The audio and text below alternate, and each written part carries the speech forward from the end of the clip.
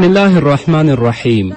الحمد لله رب العالمين حمد الشاكرين، الصلاة والسلام على سيد الأنبياء والمرسلين سيدنا ونبينا وشفيعنا ومولانا محمد وعلى آله وأصحابه الطيبين الطاهرين. قدرمنو اوریدونکو د ژوند د لارې د خپرونې مینوالو، السلام علیکم ورحمت الله وبرکاته. ستاسو روغتیا او خوشحالي د پاک رب نه غواړم، په دې هیله چې د صحت او عافیت جامې په تن ولرئ او خوشحالي مو په برخه وي. دا دی زه محمد یاسین فهیم د ژوند د لارې د خپرونې په وړاندې کولو کې ستاسو په خدمت کې یم. زموږ د نننۍ خپرونې موضوع بیا هم تیمم او همدارنګه اذان او د منځه مسائل دي. اول په دې باندې پوه شو چې تیمم څه ته وایي. تیمم په لغت کې قصد او ارادې کولو ته وایي. تیمم په لغت کې قصد او ارادې کولو ته وایي، او شرعا یا اصطلاحا په پاکه خاوره یا په هغه څه چې د ځمکې له جنس څخه وي د مخ او لاسونو مسح کول. مسح الوجه والیدین عن صعید مطهر، په پاکه خاوره یا هغه شی چې د خاورې د جنس نه یا د ځمکې د جنس نه وي په هغه باندې د مخ او د لاسونو مسح کولو ته تیمم ویل کیږي، چې هغه شګه وي که چونه وي یا نور شیان وي. د تیمم په باره کې الله رب العزت په خپل کلام کې فرمایي په سورة النساء کې: وإن كنتم مرضى أو على سفر أو جاء أحد منكم من الغائط أو لامستم النساء فلم تجدوا ماء فتيمموا صعيدا طيبا فامسحوا بوجوهكم وأيديكم إن الله كان عفوا غفورا.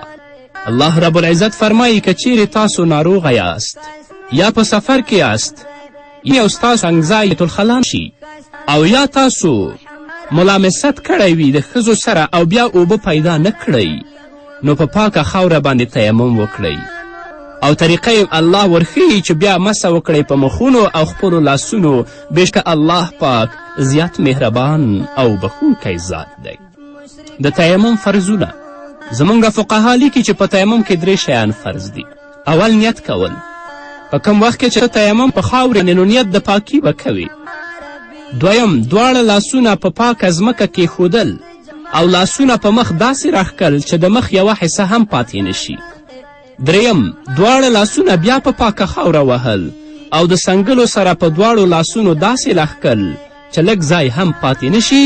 دې ته تیمم ویل کیږي او دا د تیمم فرضونه دي. په تیمم کې 3 شیان فرض شول. یو نیت کول د پاکي، دویم یوه ضربه یعنی د لاسو وهل پاره د دې چې په هغه باندې مخ مسحه شي، د مخ یو ځای هم پاتې نشي. دویمه ضربه لاسونه به په ځمکه وهي دې لپاره چې په هغه باندې دواړه څنګلې په هغه باندې مسحه کړي. د تیمم سنتونه زموږ فقهاو د تیمم تقریبا 15 سنتونه بیان کړي دي. لومړی چې کله تیمم کوي باید بسم الله الرحمن الرحیم ووایي. دویم زړه کې به نیت وکړي. یو خو نیت د پاکي چې کوي اخو فرض دی خو به وایي، خو په زړه کې نیت کول دا سنت دی. دریم په پاکه ځمکه دواړه لاسونه د ورغوو د اړخه په پاکه خاوره ووهي. څلورم دواړه لاسونه په مخ راکش کړي، که چیرې لاسونو پورې زیاته خاوره نښتې وي کولی شي چې لاسونه وڅنډي. پنځم لاسونه په پاکه خاوره ووهي، بیا دې په دواړو څنګلو اول په ښي څنګل چپ لاس راکش کړي، بیا دې په چپ لاس تر څنګلې پورې ښي لا راکش کړي. دا د تیمم سنتونه دي چې زموږ فقهاو بیان کړي دي. اول دی د چپ لاس دا 3 ګوتې آخري ونیسي او د ښي لاس د 3 ګوتو د پاسه دې راکش کړي مغسې تر آخره پورې، او بیا د لاس واړی په دې 2 ګوتو باندې دې د لاس دا بل مخ مسح کړي، همدارنګه چپ لاس.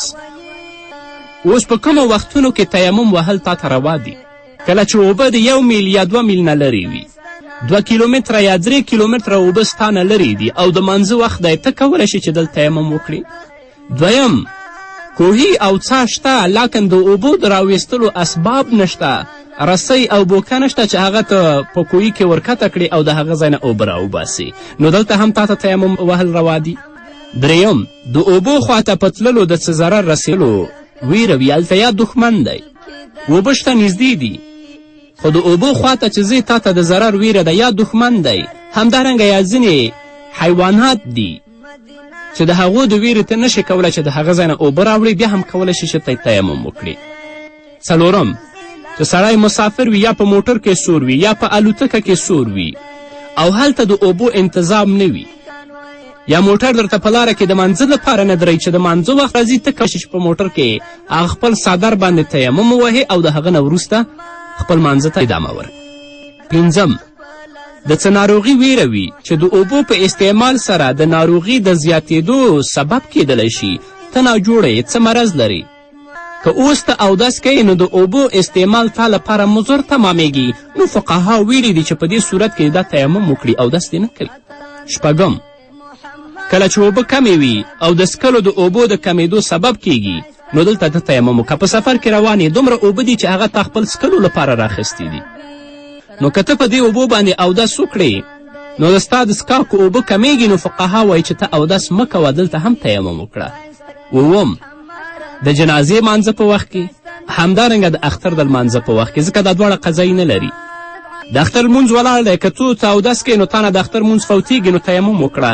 همدارنګه د جنازې د مانځه د قضا کېدلو ویره ده په تا باندې، نو کولی شي چې په دې صورت کې تیمم وکړي، اودس ته ضرورت نشته، او د خپل هغه جنازې مونځ او همدارنګه د اختر مونځ وکړي. ځکه د جنازې مونځ او د اختر مونځ دا دواړه قضایي نه لري، خلف نه لري. خو که وختي مونځ تا نه قضا کېده، اوبه نه وي، تر څو چې اودس کې تا نه قضا کېږي د ماسپښین مونځ، تا لپاره تیمم جایز نه دی. پرې چې قضا شي د قضایي نه وروسته بیا اودس وکړه او د دې مانځه قضایي راوړه.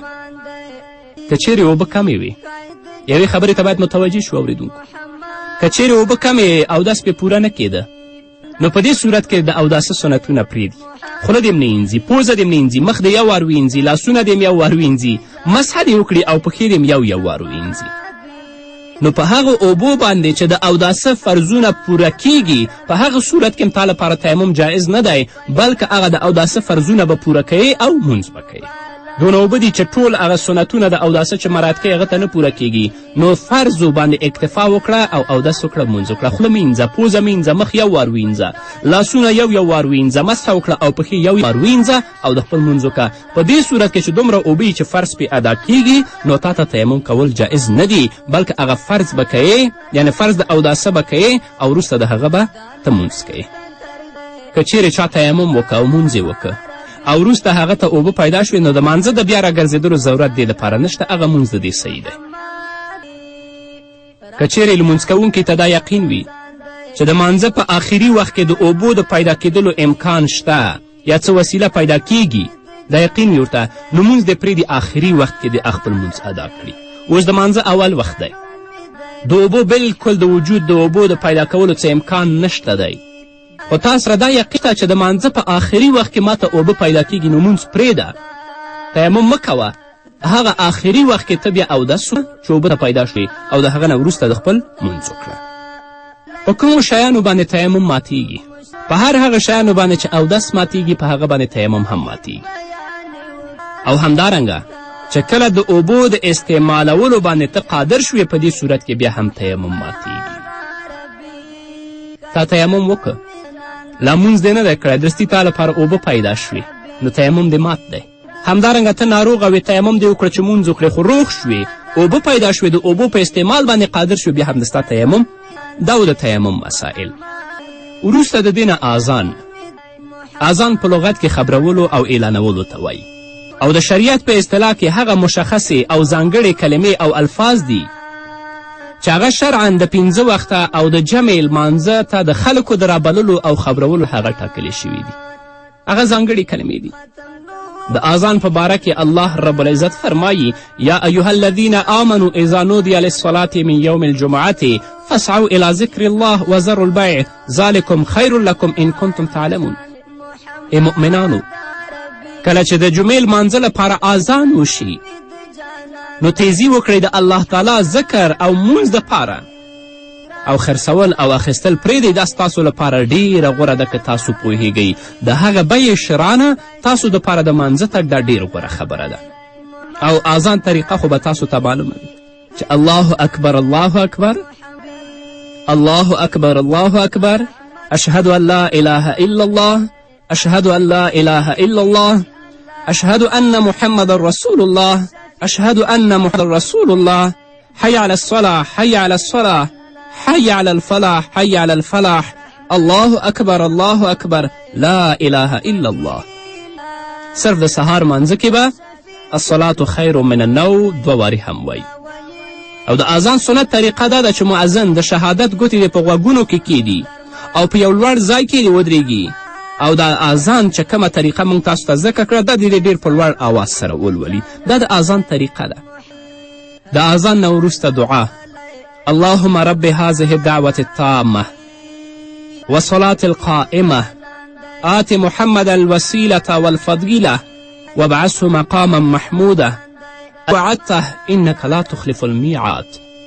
ای خدایه چې ته پالونکی، رښتیا هم دا بلنه پوره او کافي ده.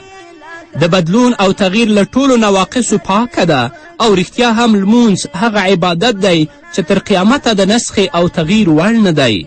سوالم محمد رسول الله صلی الله علیه وسلم ته هغه ځای ورکړي چې په جنت کې د خپلو خاصو بندګانو لپاره تیار کړی دی او هغه بهتري او نیکي ور په برخه کړي چې خپلو خاصو بندګانو ته یې ورکوي او هغه ستایل شوی ځای ته یې واستوه چې تا یې وعده کړې ده رښتیا چې ته له خپلې وعدې نه په شا کیږي.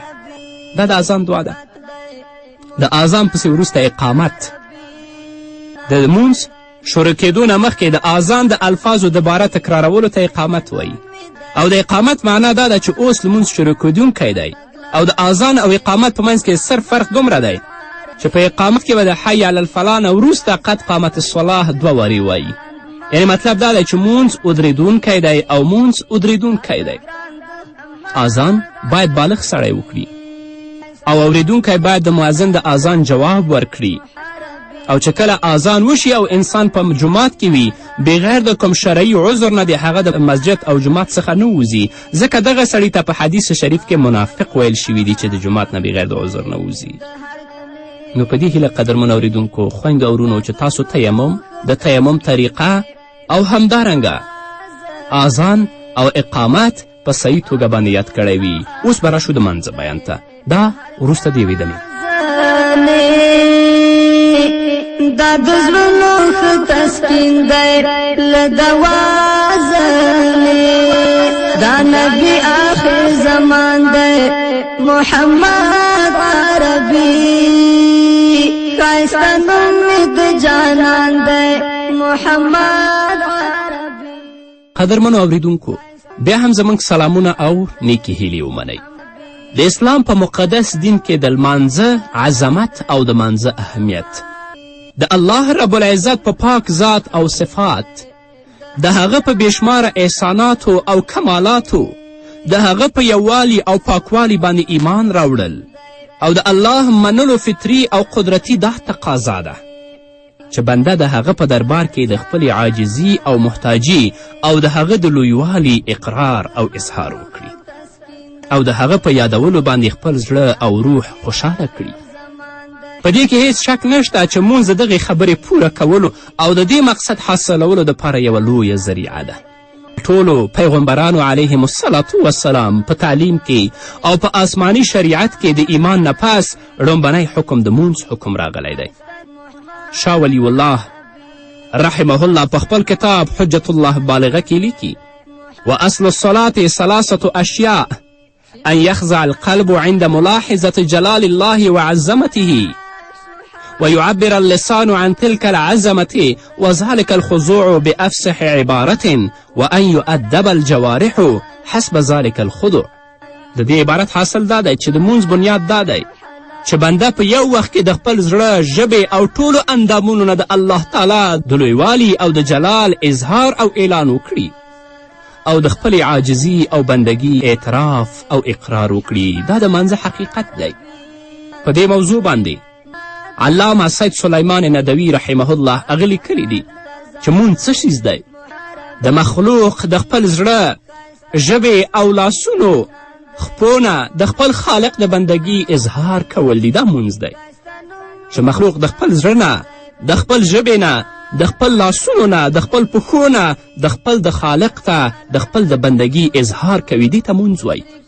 د دې رحمان او رحیم یادول او د هغه د بېحده احساناتو شکریه ادا کول او د ازل نه د ثنا او د تعریف او د هغه د یووالي او لویي اقرار کول دا خپل محبوب روح ته خطاب دی.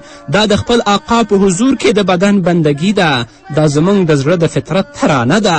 دا د خالق او مخلوق په منځ کې د تعلق او د نزدیکیت ذریعه ده. دا د بېقراره روح سکون او آرام دی او د غمزن زړه شفا ده او د ناامیده زړه امید دی. دا د فطرت آواز دی. دا د حساس او اثر اخیستونکي طبیعت دننه آواز دی او دا د زندگی خلاصه ده. دې ته مونځ ویل کیږي. د مانځه فرضیت د الله رب العزت ارشاد دی چې واقیم الصلاة مونځ قایم کړئ. د اقامت صلات مطلب دا دی چې مونځ همیشه په پابندي سره د هغې د ارکانو شرایطو او سنتو او مستحبو خیال ساتلو سره ادا کړئ. د دې مطلب دا دی. او مونځ د ټولو پیغمبرانو علیهم الصلاة والسلام د شریعتونو بنیادی رکن دی. د ټولو پیغمبرانو صلی الله علیهم وسلم د قرآن کریم د تعلیم مطابق پیغمبرانو علیهم الصلاة والسلام همیشه په خپله د مونځ اهتمام کولو او خپل امت ته به یې د مانځه تاکید کولو. حضرت ابراهیم علیه الصلاة والسلام خپل خوږ زوی اسماعیل علیه الصلاة والسلام د مکې مکرمې په ورانه او شاړه ځمکه کې آباد که او هغه مطلب یې هغه کې چې ربنا لیقیم الصلاة ای زما پروردګار دا د دې دپاره چې دوی مونځ قائم کړي. حضرت ابراهیم علیه الصلاة والسلام خپل دپاره او خپل نسل او اولاد دپاره دعا کوي. فرمایي رب اجعلني مقیم الصلاة ومن ذریتی ای زما پروردګاره ما او زما اولاد مونځګزاره جوړ کړي. د حضرت اسماعیل علیه الصلاة والسلام په باره کې د قرآن مجید ګواهي ده چې الله فرمایي وکانه یأمر اهله بالصلاة او هغه اسماعیل چې خپل اهل او عیال ته یې د مونځ کولو حکم ورکوه. د حضرت شعیب علیه الصلاة والسلام د مونځ ذکر په سورة هود کې دی چې الله فرمایي الصلاة تأمرک.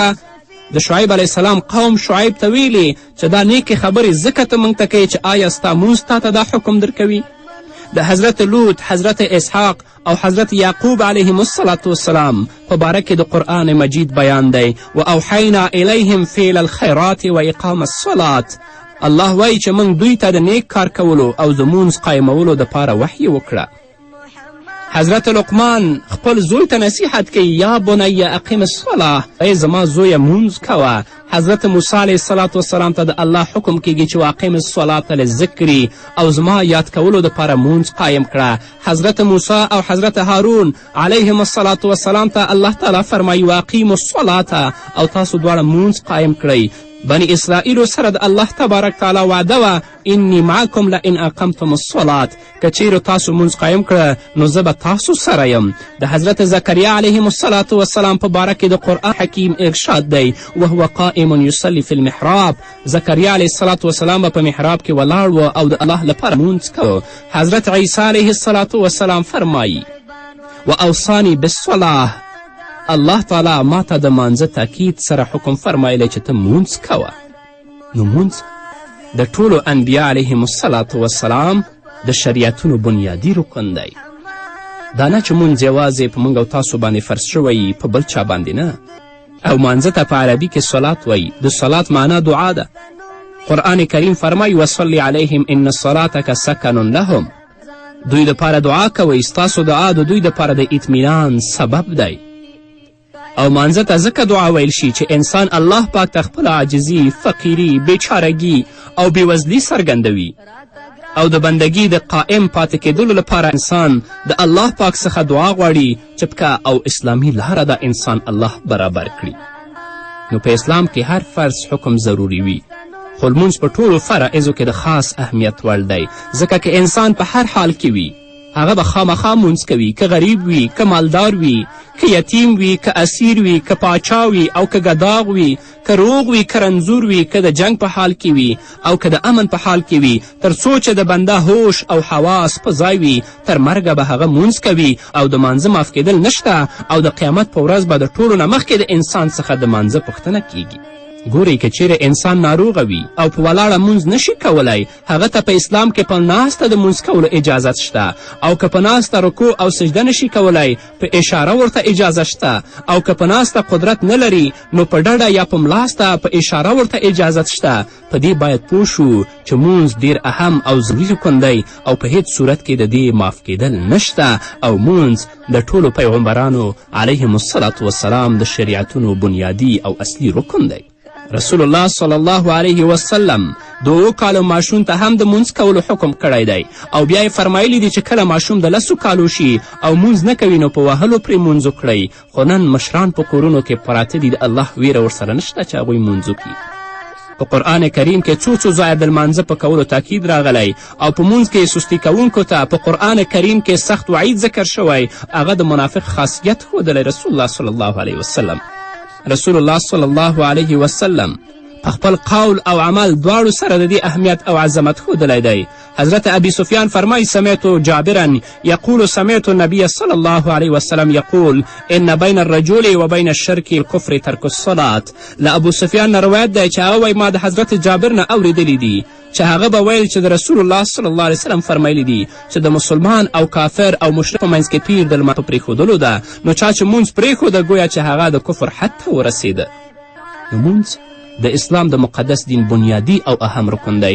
الله دې موږ ته توفیق راکړي چې په سمه طریقه سره موږ او تاسو لکه څنګه چې دین راښودلی په هغه طریقه باندې مونځ ادا کړو. انشاءالله په نورو خپرونو کې به په دې باندې وغږېږو. دا وه زموږ نننۍ خپرونه چې ستاسو درانه حضور ته وړاندې کړه. تر بلې خپرونې پورې چې زه بیا هم ستاسو درانه حضور ته راځم، تاسو ټول په پاک رب سپارم. پاتې ژوند او پاتې ورځم نیکمرغه. الله مو مل شه. تبلیغ وکړو مشرکانو ته، د توحید بیان وکړو ظالمانو ته. فتح کړی جهان دی محمد عربي، ښایسته نوم د جانان دی محمد عربي. راته ګران د خپل ځان دی محمد